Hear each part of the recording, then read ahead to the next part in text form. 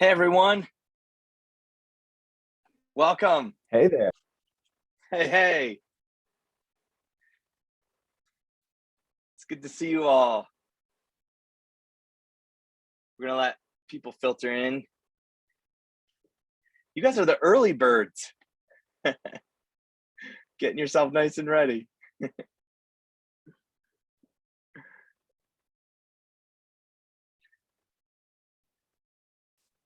Hope you've all had something good to eat tonight. It's cold here in Colorado. We finally got some good snow. You didn't get something to eat. I just saw that thumb. We finally got some good snow here. I've been aching for that. My Midwestern roots crave a little snow. So I'm getting some of that tonight.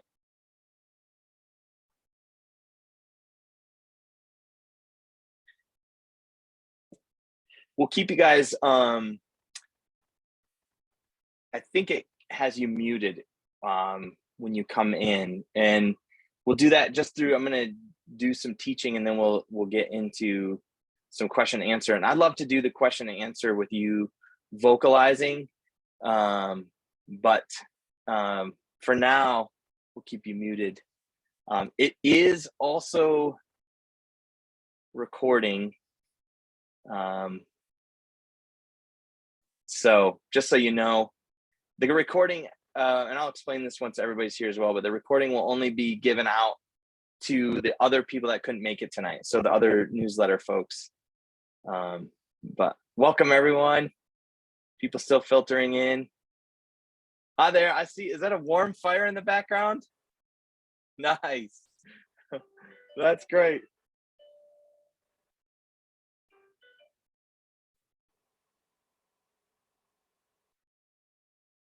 Getting a Zoom notification on my phone. Cool.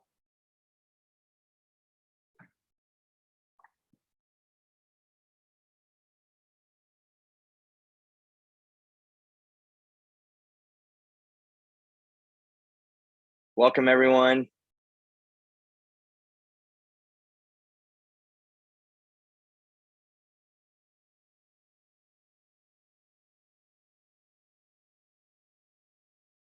Is it cold where you guys are? By a thumbs up.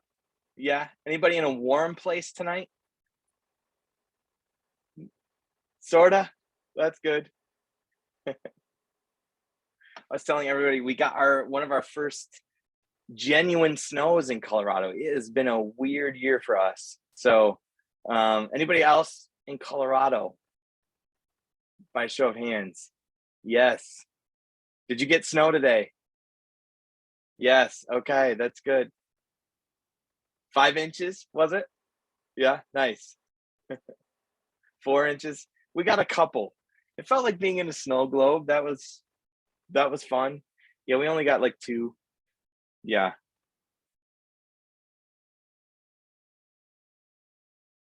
Something feels right about it. We also, our family is currently quarantined. We finally had the COVID wave that was passing through the US hit us. So we've fared okay, but yeah, we're recovering. So my voice is a little bit deeper, maybe. That's I've got it right about here, right about now. So, but doing okay. Anyone else get hit with COVID recently? Yes. Seems like it's everyone these days. I suppose it's the immunity they're hoping we're gonna get us through. The consolation prize, I guess. Welcome everyone. We'll wait a couple more minutes.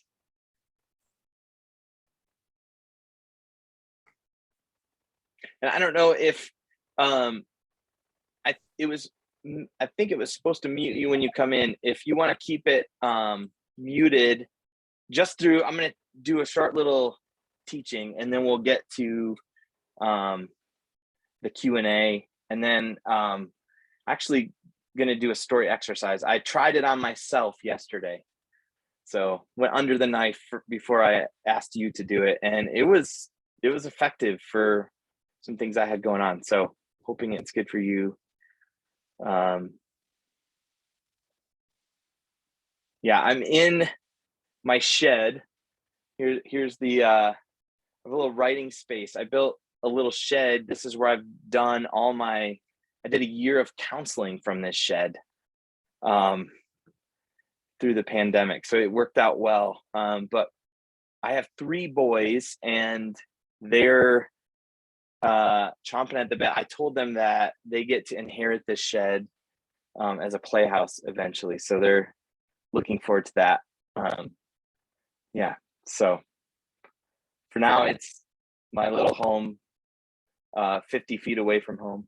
So I've been counseling in here again after fighting COVID this week. So yeah. Cool. Well, maybe I'll jump in here. We'll wait maybe a few more seconds.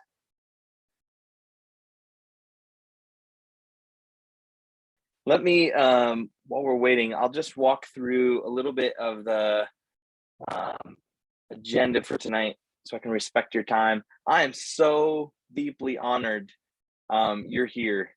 This is a gift to be with you tonight, and maybe even especially because I've been quarantined all week. But it's good to see outside faces. But I don't take it lightly that you've entrusted me with an hour of your time. That's precious.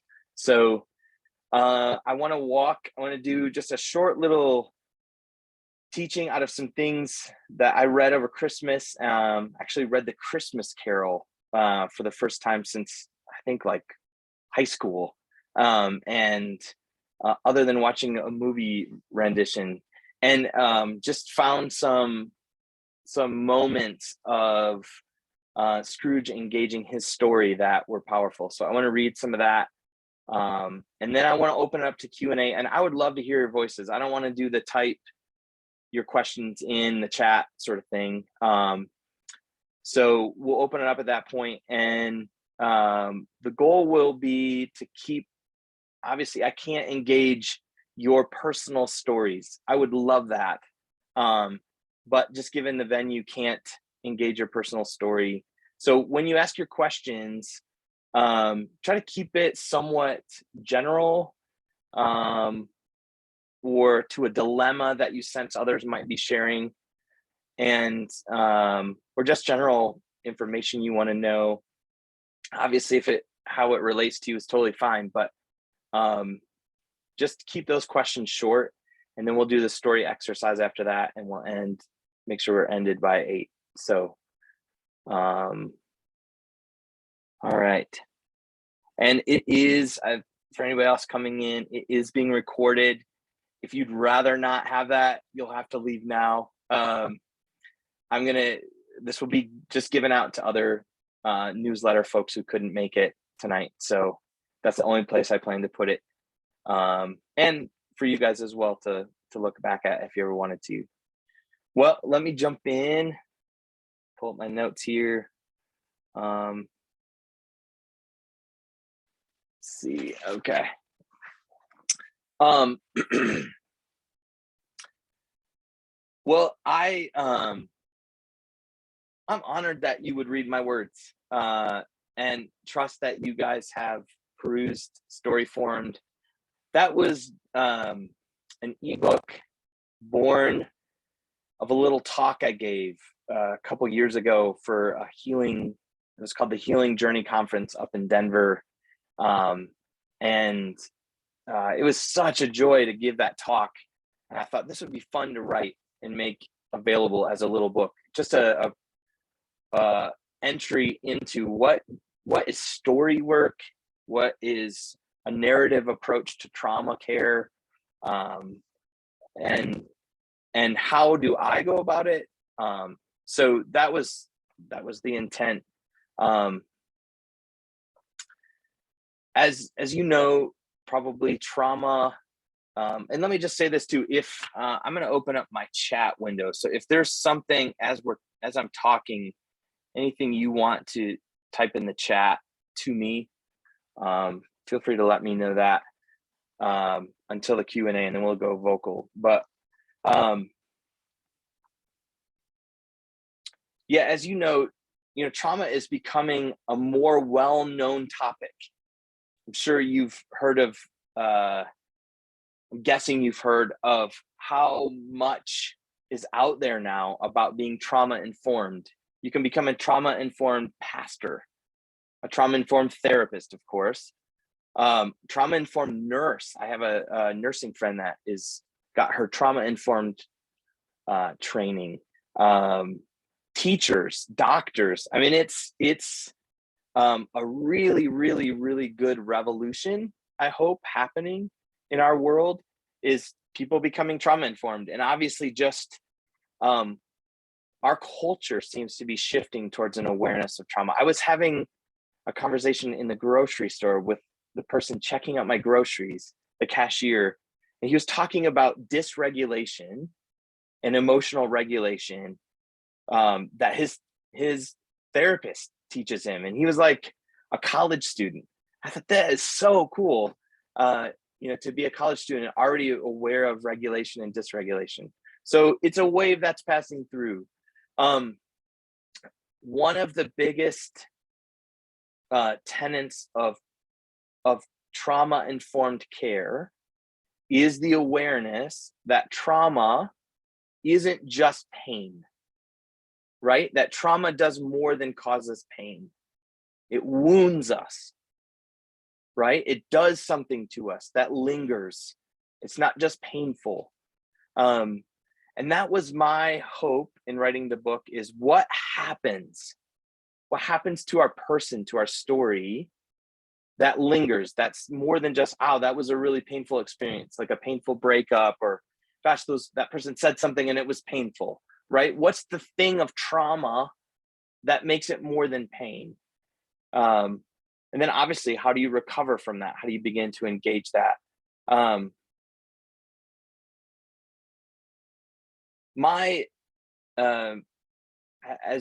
As I wrote in the book, my sense, and as a therapist now, going on my 16th year of being a therapist professionally, the thing that I spend the most time engaging with people is the stories of shame around their trauma. So there's the trauma, the wound, right? But then there's how your heart was handled in your pain, in your trauma, and how that story gets, I guess you could say, codified. What happens to, what kind of meaning is made out of that event, right? That's the stuff that tends to linger for people and create limps, parts of them that are shut down. Obviously there can be actual dissociation and fragmentation to people in the trauma itself. But what lingers past that is often that sense of, something about me must have caused this pain, right? What did I do to make that happen? Is where I think the realm of evil does its greatest work. Which is an awful sentence to say, right? That evil doing good work, but the work it does is trying to make you feel complicit, trying to make you feel responsible for your pain. And with, as a man named Dan Allender says, evil loves trauma and drama. That, like blood in the water to a shark, right? Our trauma draws evil to whisper, to speak sentences over our lives, to narrate our experience of our pain. So what does it look like to recover from that? Well, it means at some level, well, let me just say this first, and that whispering can often make us disown parts of ourselves, right? Like, oh, I'm not going to do that again. I'm not going to be that way again. As I wrote that story of riding the bike in the book, right? Like, that risk felt foolish. And I need to be more cautious in my life. And that's been the thing I've had to wrestle with a lot, is being overly cautious through my life. But again, what does it look like to recover from that? How do you get those selves back, those parts of you back, right? That's what I've dedicated my life to as a therapist. And how do you unwind that? We'll get to some of that more, but I want to read a couple sections from A Christmas Carol. How many of you have actually read the story itself? Few of you. It's actually a shorter story. But I had a neighbor who was like, "Hey, I read this every Christmas," and I was like, "Oh, I'll read it and we can talk about it." And so I was stunned by it's actually a really good story. Better, I think, than the movies, as is often the case. But as you know, if you're familiar with the story, it's just the story of a man named Scrooge, who is every bit Scroogey. I mean, he's a curmudgeon. He's a bitter old man who hates people. I mean, he is cold-hearted. It says, to describe him, there's this sentence, the beginning.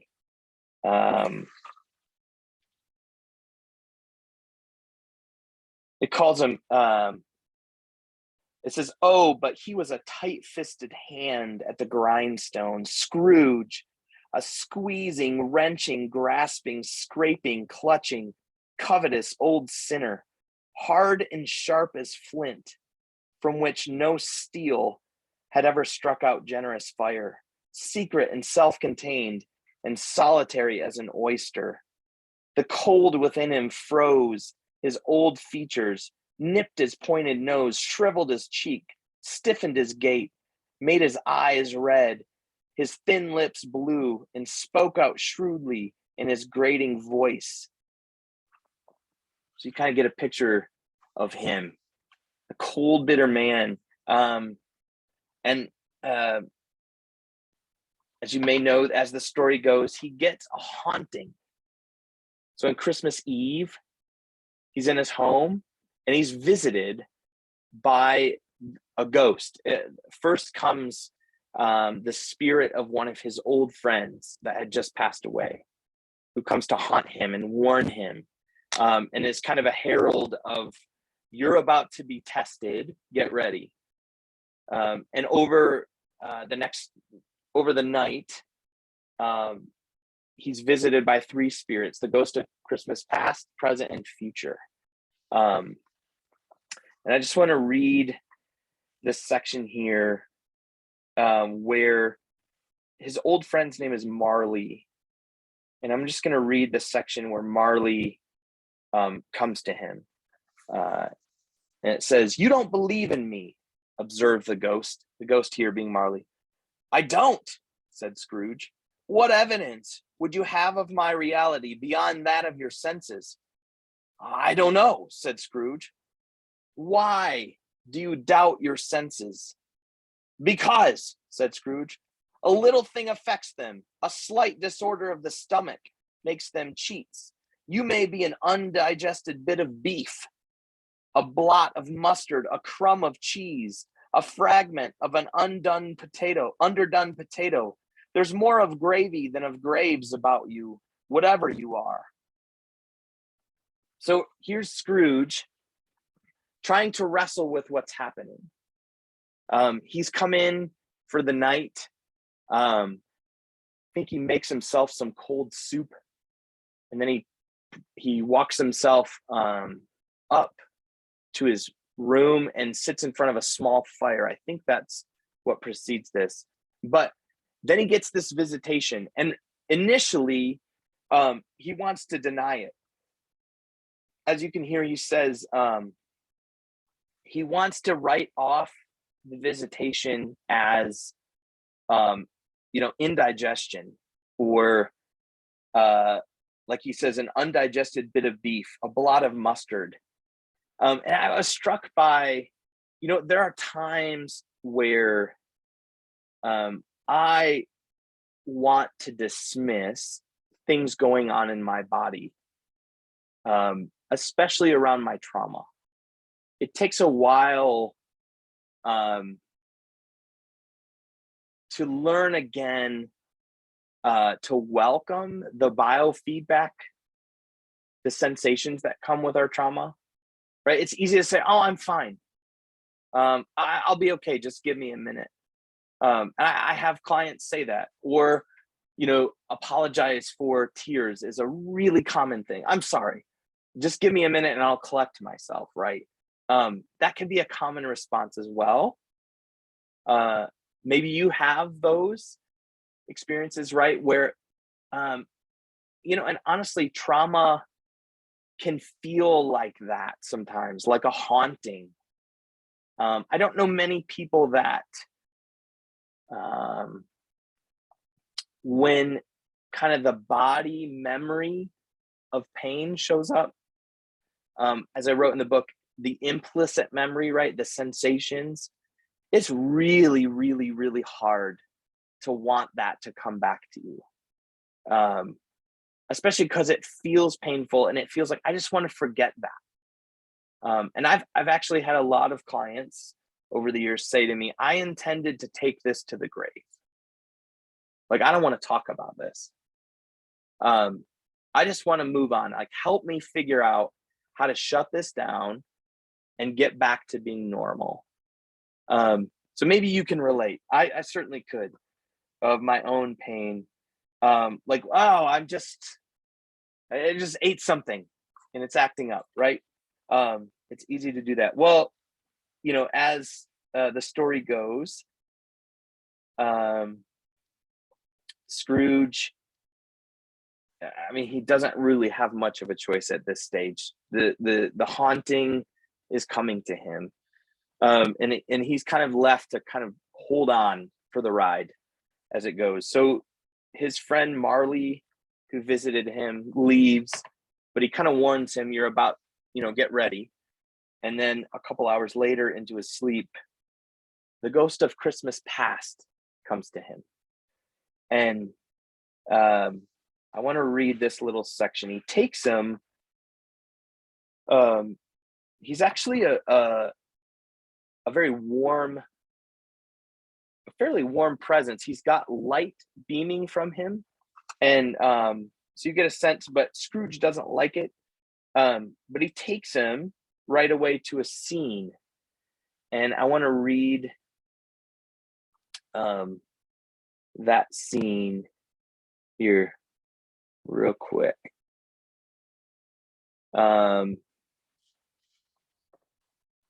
It says, good heavens, said Scrooge, clasping his hands together as he looked about him. I was bred in this place. I was a boy here. The spirit gazed upon him mildly. Its gentle touch, though it had been light and instantaneous, appeared still present to the old man's sense of feeling.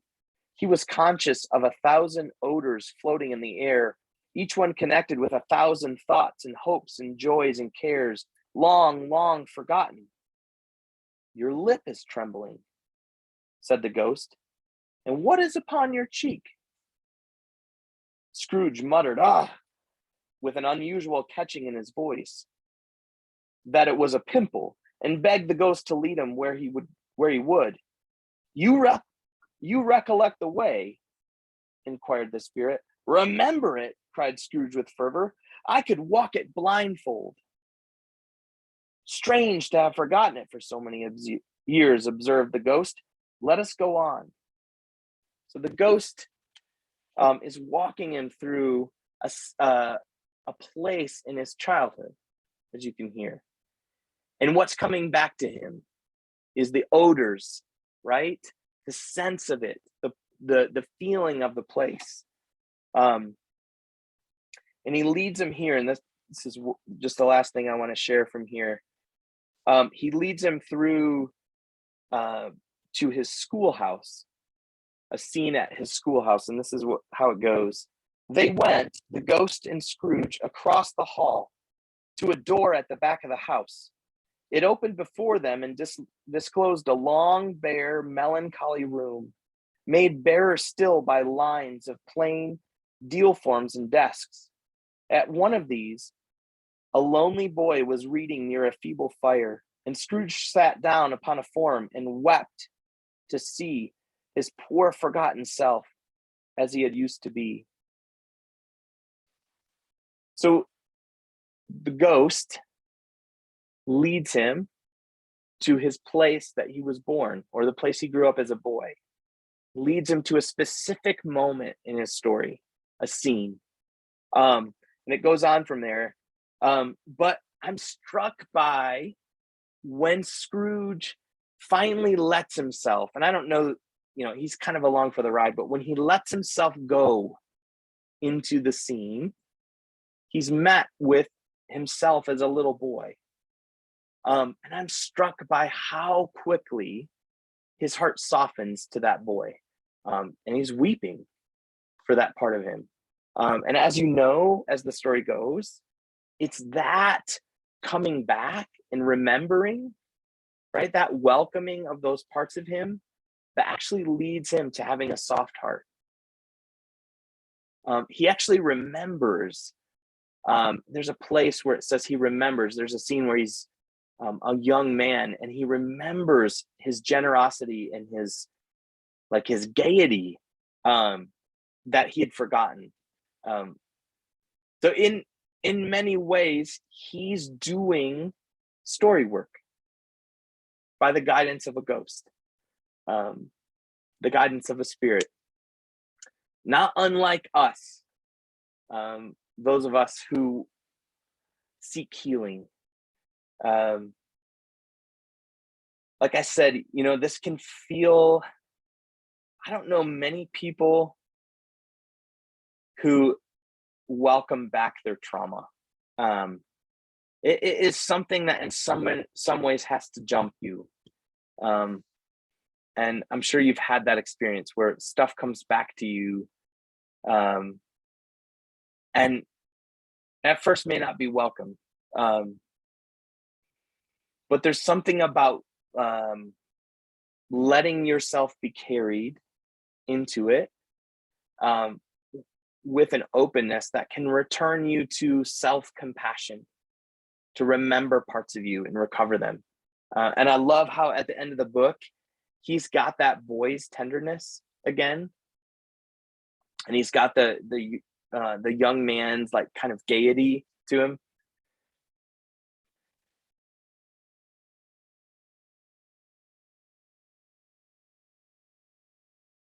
Well, we'll end here in a minute, and then I'll open up to Q&A. Maybe just want to say this. I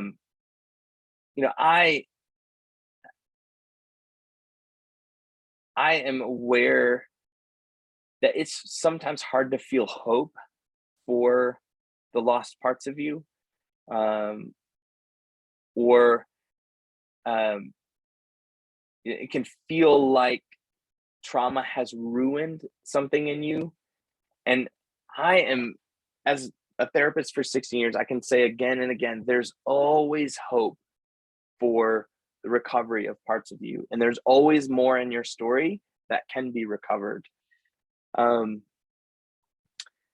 know sometimes this can also feel like a heady process. I got to figure my story out, right? Where do I go to figure stuff out? How do I figure this out? And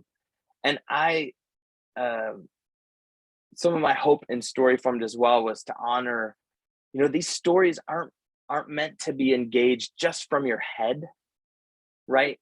that that you kind of and there's some approaches to story work which kind of do like a very big arc, right? Like, let me do the map of my life, you know, from 5 years, or from 0 to 10, 10 to 20, 20 to 30. And I think some of that is beneficial. I'm not dogging that. But I think there's something really important to getting into specific stories, right? Trauma is particular. It's not, you aren't generalized. You don't experience trauma in a generalized sense. It's always against a specific part of you. So that's why it's important to listen to your body as you go. Well, I'll end there and would love to open it up to Q&A now. I think you should be able to unmute as you ask a question. And I'm just going to let you chime in. Again, if you can try to keep it a short 30 seconds to a minute to ask your question, just so we can try to fit as many people in as possible. And we'll go till, maybe we'll leave about 15 minutes towards the end for the exercise.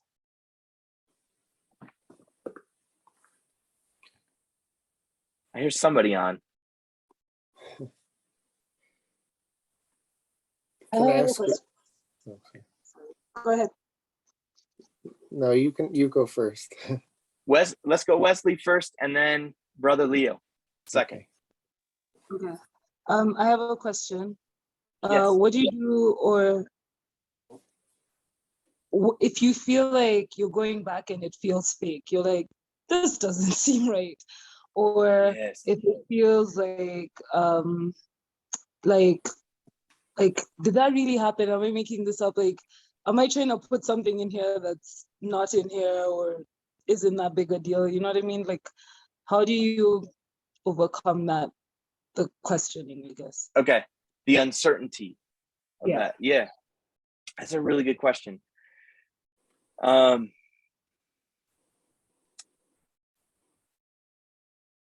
You know, I always want to invite people to start with a posture of welcoming. Welcome it, even if it feels crazy at first, right? Like, there's no way that happened, right? But I would invite you to start with welcoming whatever happens, almost like a guest to your house. You know, as I wrote, like, and it's okay to hold parts of your story as, I don't know why I'm remembering this, or I don't know why I'm remembering it this way. I don't even know if this is accurate.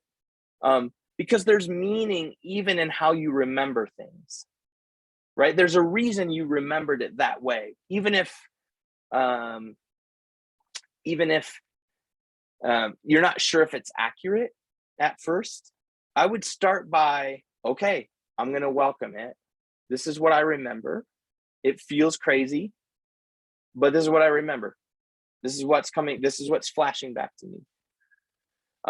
Start there. You can,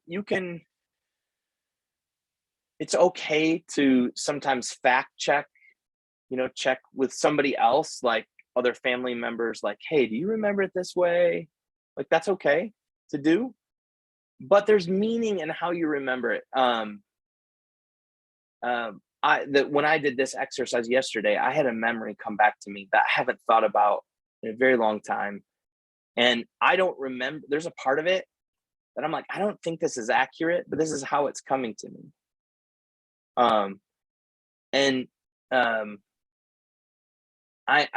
I tried to ask the question, why am I remembering it that way?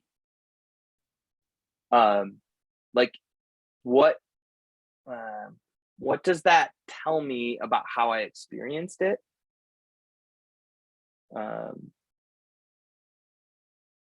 Because again, in trauma, the part of your brain that shuts down quickest in trauma is your neocortex. The most reasonable part of your brain goes away in trauma fast. So, and what's left? Kind of the more symbolic parts of your brain. Now, I'm not saying you don't remember it accurately, but you might be remembering, some of the accuracy might be the intensity. So it's okay to hold it with a kind of humility that I'm not sure, but this is what I remember. Yeah. That's a good question. Thank you. Yeah. Brother Leo. Hi. Thank Hi you there. thank you for the privilege. I'm in Connecticut. All right. Very cool.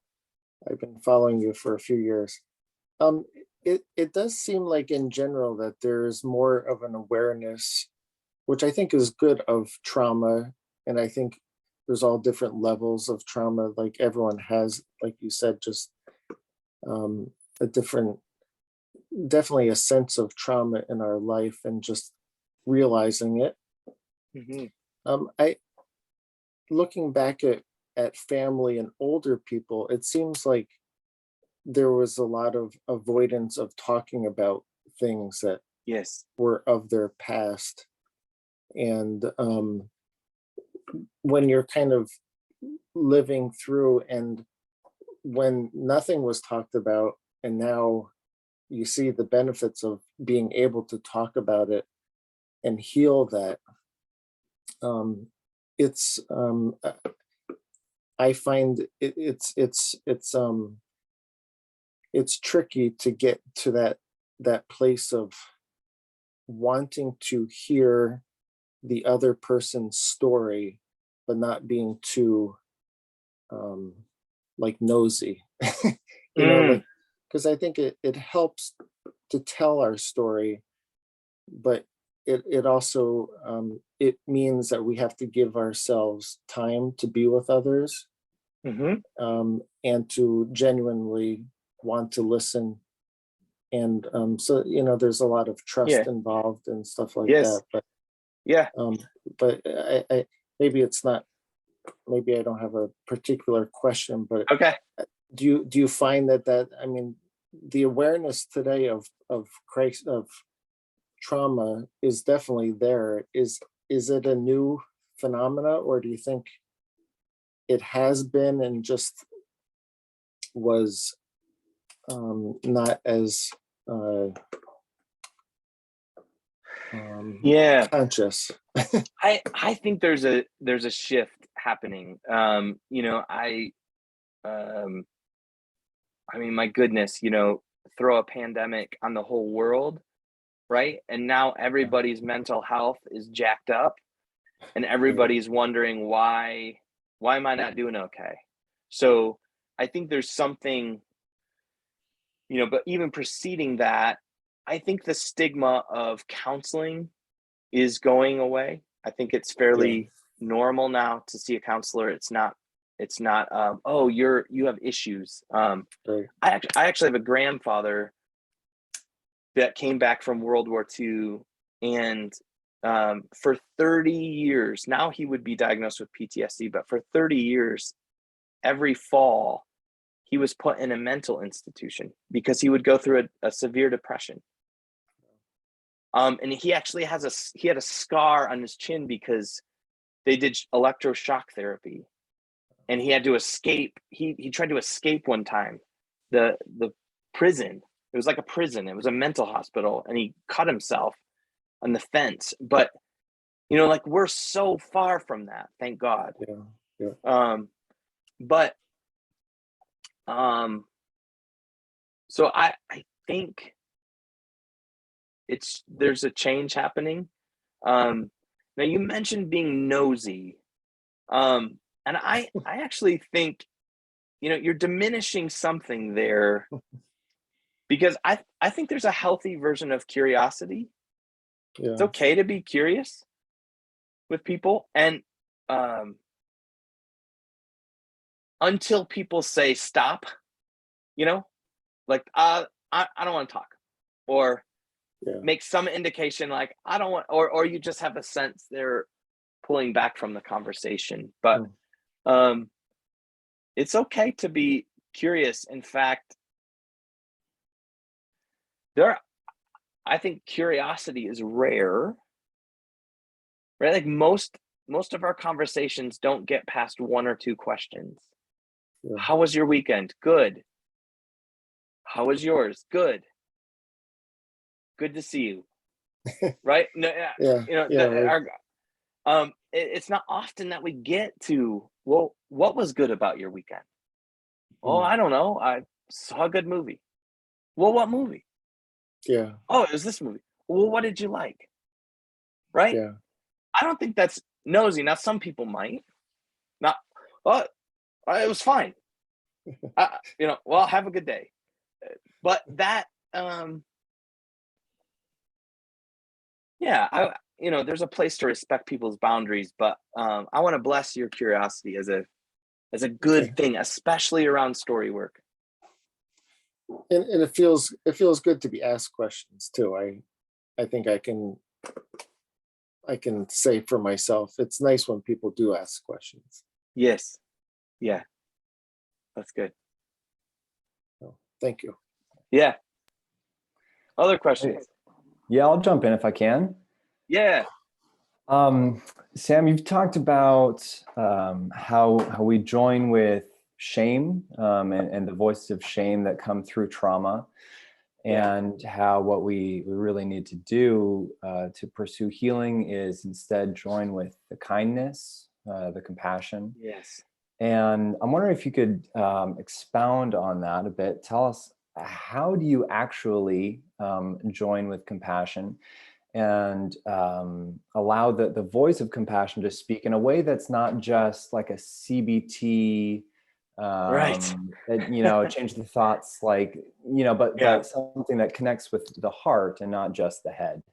Yes. Yeah. Yeah. Yeah. That's good. I was thinking of the old SNL. I'm good enough. I'm smart enough. People like me. That's familiar to you. Yeah. That's good. You know, there is always a moment in a specific story where shame shows up. So, um, I think it involves getting to the place where you know the story, the story turned, um, and um, you know where you start to notice the presence of shame show up in the story, and that place is where you need to camp. Um, and um, you'll notice that even when you're telling the story, and you may not be able to see this, but if you try to be curious about it, you can probably start to tell. There's always a place where you'll feel it in your body, the shift to shame. Um, so trying to, as you're thinking of a story of your life, or you've written one, try to notice where shame starts to narrate, or where you feel a shutdown, and then try to sense what you're trying to do is engage what happened right before the shame showed up. Even more clearly, what did you feel right before you felt shame? So, what did I feel? And like that story of me riding the bike, right? The moment shame showed up is when I hit the pavement. Actually, probably a few seconds after being on the pavement is when I was like, oh no, who just saw that? Right? And that's when I felt the flood in my body. I can still feel it. What did I feel right before that? Um, well, I felt um, I can feel that boy's excitement at trying a new trick myself. And then I can feel the surprise and the pain right in my knees, because my knees were skinned. So, gosh, this is helpful for me to walk through it even. Where I can bring my compassion is to the specific things in the story, like the risk I took and my skin knees. Right. And so what does it mean to show compassion? Well, it's not just like, oh, I'm good, right? It's can I love that risk I took on the bike?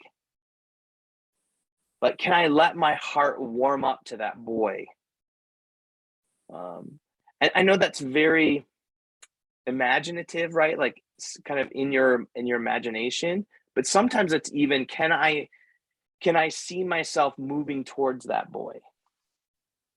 Right? Can I see myself getting down on that pavement? Right? And loving myself with the skin knees. How does that say? Any follow-up to that? It's good. I love Okay. the specificity, because you're saying Yes. that the trauma is particular. And so I Yes. hear you saying that the healing has to be particular as well. Yes. And I think that's where some of these, That's well said. the CBT approach falls short, because it's not just I'm strong or I'm okay or whatever, but it's Yes. can I approach with compassion that particular time and place, and that person, that younger me who was there, and then Yes. allow the compassion to almost flow like backward, flow out of it, instead of just trying to pour on positive affirmation that comes out of nowhere. Right. And it helps to sometimes give it a name. Give a name to the glory that was in you before the trauma. So this is another thing I believe strongly, is that you're not just, our stories of trauma are also stories of lost glory or disowned glory, right? There's something about you that's brilliant in every one of your stories of trauma. And that might sound crazy, but it's just from experience. Like, I never go into somebody's story of trauma and not recover something really beautiful about them or strong. So it sometimes, even in the particular, can you name what was in play before the shame came? Mm-hmm. Or what was harmed, right? What of your glory was harmed and then shamed? Yeah. One more question, and then we'll do the exercise. Wesley, you asked a question, and through the messaging, maybe we'll do two more. Anybody else have one question? Then I'll get to your follow-up. Yes, I see that hand. Hey, Sam.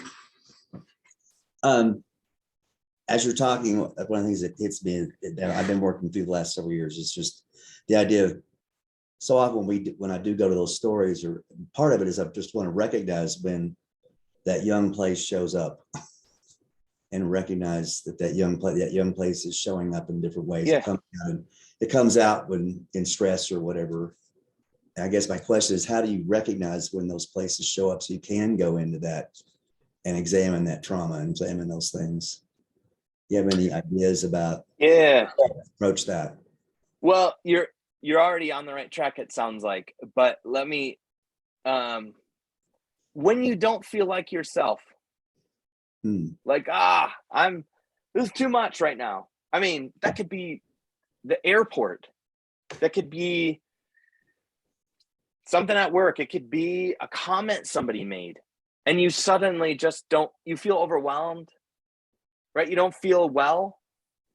You don't feel regulated would be the word, right? Like, suddenly something's not right. Now, you may not be able to engage what's going on that very moment, right? Like, you might be in an airport trying to make a plane, but or you might be at work, or you might be in a conversation and you feel yourself like leaving, right? Like, I'm overwhelmed.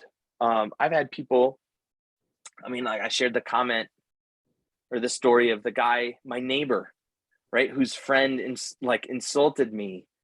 Like, I was gone. I said some things, but I was so taken out. So, like, I got through that moment, and then later was able to engage what was going on in me. So sometimes you have to tell your heart, like, okay, something's going on, but we can't go there right now, heart, but I'll get back to you. Your heart will be patient with you, far more than you know. So if you tell your heart, we can't leave right now. We can't go process what's happening. Okay. Your heart will listen. If you tell your heart never, it will rebel. So if you tell your heart, no, we're not going to feel that again. Just shut up. Your heart will rebel and it will come out sideways in addiction. Your heart can't take no, but it can wait. So these young places are surprisingly patient. So just a sense of, I don't feel like myself. And I don't think it's indigestion Yeah. or COVID or whatever. Yeah. So The other right. follow-up, to that is the thing that I've found that I have to deal with too, is that we're talking about the idea of being kind or compassionate to that young self. Most of the time, it's easy to fall into realizing that I disdain that young self. Yes. And Yes. learning how to move that toward that with compassion. Yes. Yes. Yeah. Yes. Sometimes you have to apologize to these parts of you. Like, I'm really sorry I didn't care. Or I've shut you down, or I haven't, sometimes you need to do that. I've had to say that to my heart, like to parts of myself, like, I'm really sorry. Yes, I talk out loud sometimes to my heart. Well, Wesley, let me answer your question. You asked one here. How do you get over fear or like the overwhelming exhaustion that keeps you from going into your story? Yeah.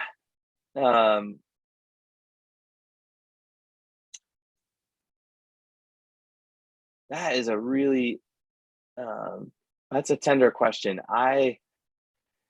This work can be hard, and scary, especially as you think of reliving a story, right? Like, you have to, at some level, let part of you re-experience it, to be with those younger selves. Go slow. Maybe that sounds a bit trite.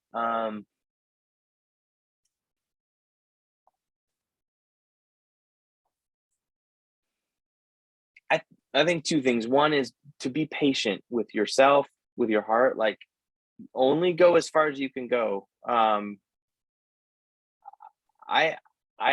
have clients who say, I can't tell this part of the story yet. I can tell you to this point, but I can't tell you what else. And it's important to honor, like, there's often a revisiting of stories. I think God takes us to deeper passes. So if the only thing, for a client to say for the first time, I think I was sexually abused, that is a wildly powerful thing to say if you've never been able to say that. Now, is that going into the story? In a way, it is. You've given something a name, right? But is it going into detail? No. But that may not be you. That might be way too much to go into. So I have clients say, I can tell you to hear. I can't tell you the rest yet. Okay. Let's talk about what you can remember and what you can handle. So starting with that is not small. So don't minimize those entrances into your story. And the second thing I would say is, how do you engage the fear? Well, if you cannot do it alone, right? If you can be with somebody who's kind, somebody who can listen and bear the fear with you, that's really important. So a therapist or a trusted elder or friend, right, that will listen, all the better. And then also just the comfort of knowing there are parts of you to recover on the other side. So like, it's not just, we'll go really relive a bunch of pain. No one would sign up for that, right? Who would want to just go, what do you mean go talk about my pain for what? Right? There, you know, catharsis, just getting your tears out isn't going to heal anything. It's being able to know there's parts of you to recover. Sometimes that can be like, okay, I'm going to go get back a part of my heart. It's going to be scary, but I'm going to find more of me trapped in this story. Okay. That was really fun. Thank you guys. Well, we're going to transition. We have 7 minutes. So if you have to bow out right at 8, I bless you to do that. I'm going to try to, I think we can still fit it in without rushing. So, but I want to walk you through a pass at entering your story. So, so if you can get comfortable where you're sitting right now, we're going to start from grounding. And this is where I would recommend you always start when you enter a story as well, is from being able to be grounded. So if you want to close your eyes,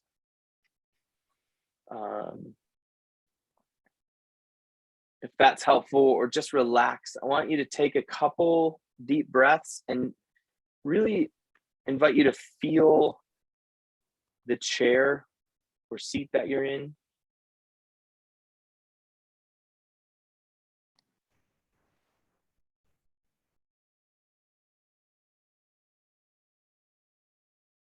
I want to invite you to focus on trying to relax your muscles as you're taking some deep breaths. Just try to let your breathing be relaxed.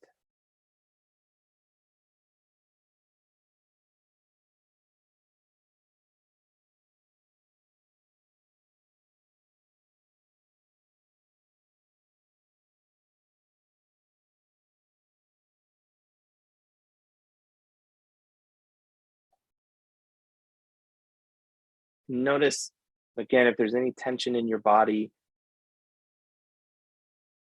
And as you're breathing, if you can try to breathe oxygen to the muscles. Just think of yourself as kind of aiming the oxygen towards those tense places in your body.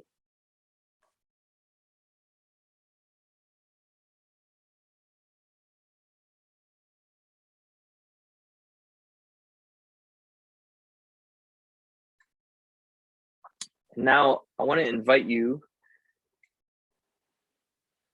to think of, from that relaxed place, I want you to invite you to think of something you're struggling with right now.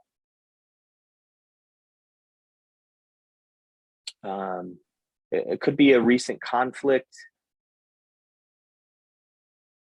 in a relationship.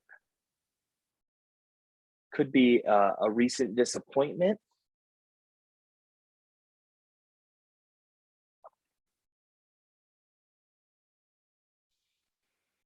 But as much as you can, I want you to try to welcome that and just notice, try to pay attention to what you're feeling now as that conflict or disappointment or struggle comes to you. And keep breathing through this, but see if you can welcome something of that, the feeling of that conflict.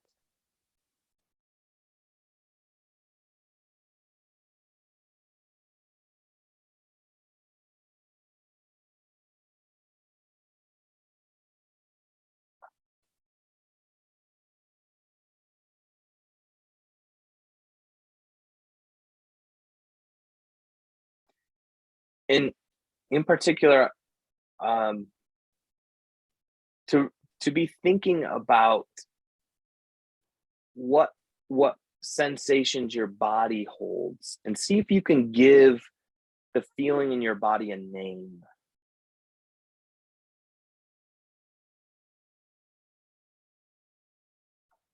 Connected to the conflict or the disappointment or the struggle. So that could be, I feel rejected. Could be, I feel hurt.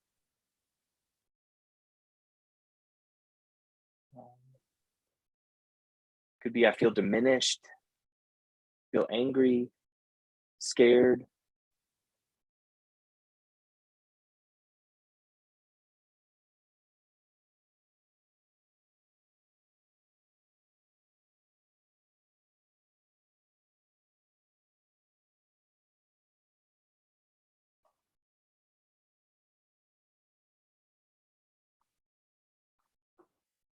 Now I want to ask you, is that feeling familiar?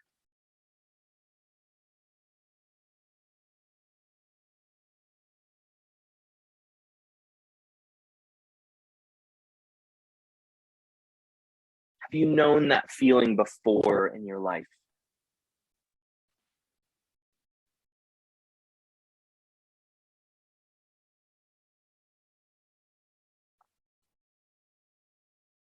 And in particular, does it bring you, do you have a memory of when you felt that feeling before? Or it reminds you of something?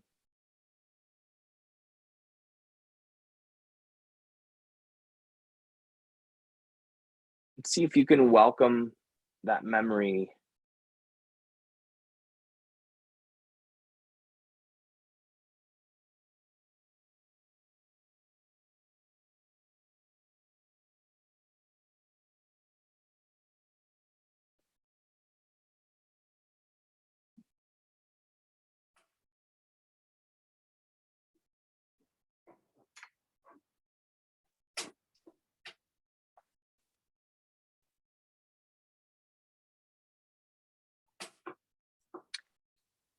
And now as you're remembering,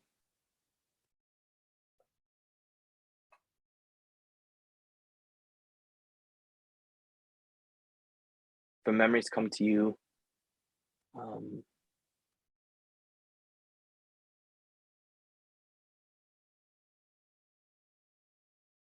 want to invite you to sense, where do you sense shame enters into the story?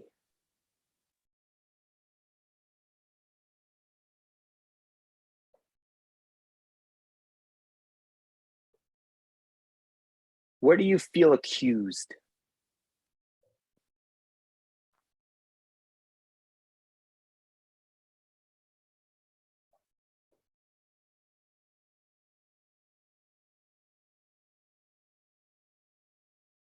Can you sense what shame is saying or speaking about you in this story?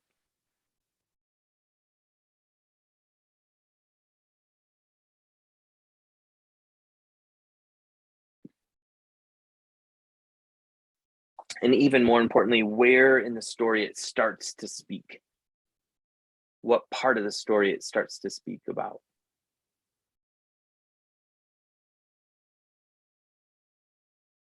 And I want to invite you to try to think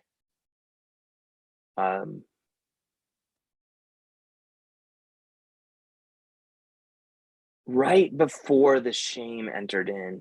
Can you connect with what desire you had?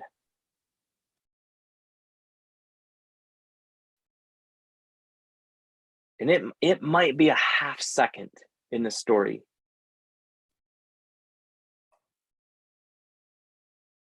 But I'm inviting you to try to slice that half second and get a sense, what's the desire you had right before shame spoke? What did you want? What did you feel?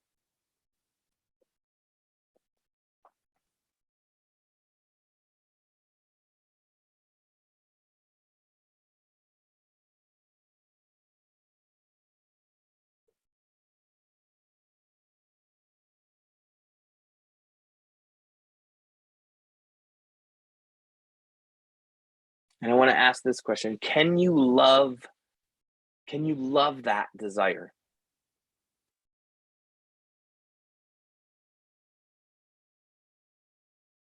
Can you start to feel your heart grow kind? You may not yet.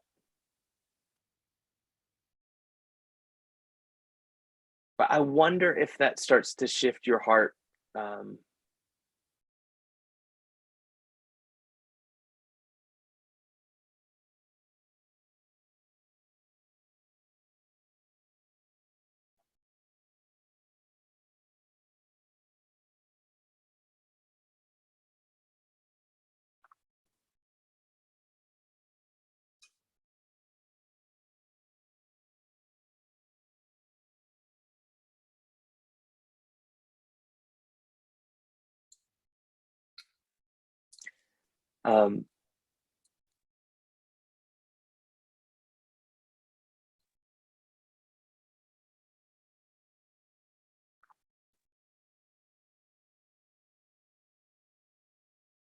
I'm going to pray for you there, and then we're going to walk back out from that, and then we'll end.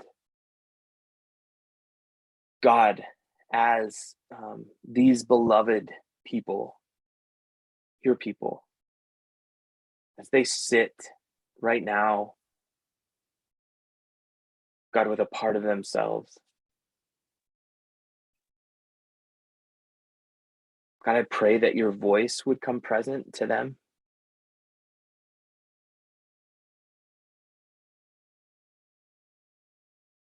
I pray that your kindness would come to them in this very memory.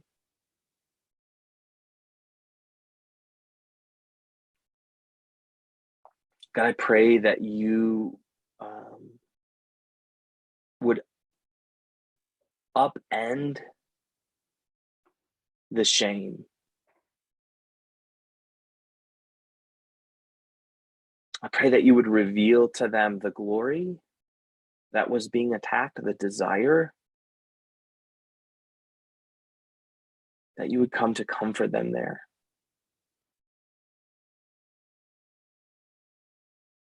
As they welcome back this part of themselves.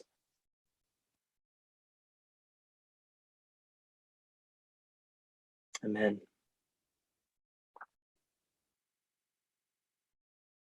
Now, I don't know how far, you may not have gotten very far in that exercise. I don't know how far you got.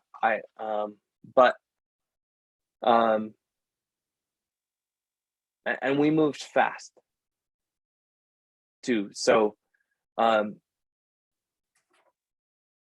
I want to invite you to tell that part of you, no matter how far you got, even if it was only to, I can only name the conflict in my present day. I have no idea where it's connected, right? Okay. Can you bless that part of you to say, I will be back for you? And I want to invite you sometime today, sometime tonight, or in the next 24 hours at the very least, will you please write down a few jotted notes about what came back to you? Now, again, you may have only gotten as far as the conflict. I only can tell you about the fight I had with so-and-so. I don't even know where it's connected. Okay. Will you come back to that with curiosity? Or I can tell you the shame that I feel, or I can tell you the feelings I feel. I don't know where it's connected. Okay. Can you come back and be curious some other time? Or maybe you came back to a memory. Will you at some point just connect there? I'm just asking you to mark this. I've prayed for this night, and my hope, I just don't trust, or I don't ever minimize when things come back to you. They come back for a reason. So just asking you to mark that. Well, it is time for us to end. You've stayed late. It is really good to see you all. Thank you for coming. I'm gonna send this out as a recording on the newsletter, so you'll get it there. And yeah, if you have any further questions, feel free to reach out through my website, samjolman.com. There's a little contact form on the contact page. Happy to answer more questions, but thank you for being here. It's good to see you all, and blessings to your night. Bye, Sam. See ya. Bye-bye.